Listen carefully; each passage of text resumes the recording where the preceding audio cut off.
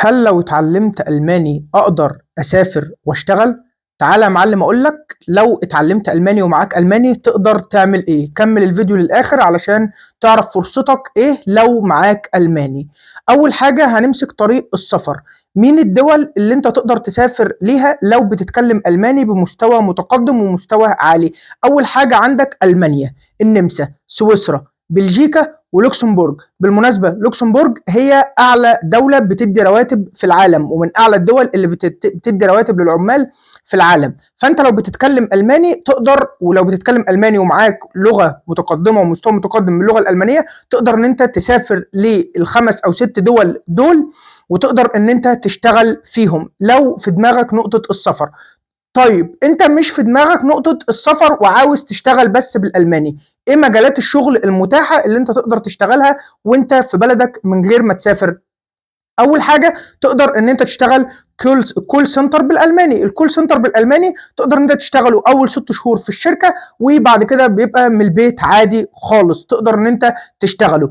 طيب تقدر إن أنت برضه تشتغل remotely لشركة، مثلًا لو أنت ليك في مجال البرمجة، تقدر برضه إن أنت تشتغل remotely لشركة برضه سواء في أي دولة من الدول اللي أنا ذكرتها في أول الفيديو.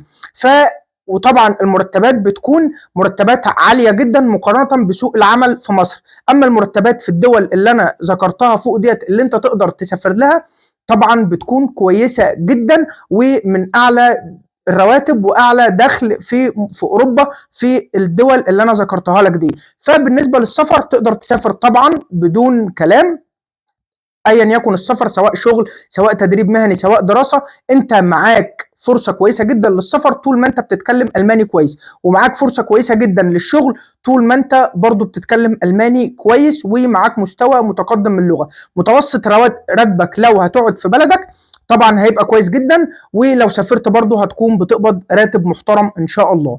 بالتوفيق يا معلم بإذن الله. ذاكر ألماني ما فيهاش كلام وما فيهاش نقاش ديّة، عايز تطوّر من نفسك وعايز ربنا يكرمك طوّر من نفسك وهات آخرك في اللغة، وذاكر ألماني أو ذاكر أي لغة عمومًا. بس الإجابة على السؤال ده بالذات، أنا لو باتكلم ألماني أقدر أسافر أو أشتغل؟ آه تقدر تسافر وتشتغل وبشغلانات محترمة كمان. بالتوفيق يا معلم إن شاء الله.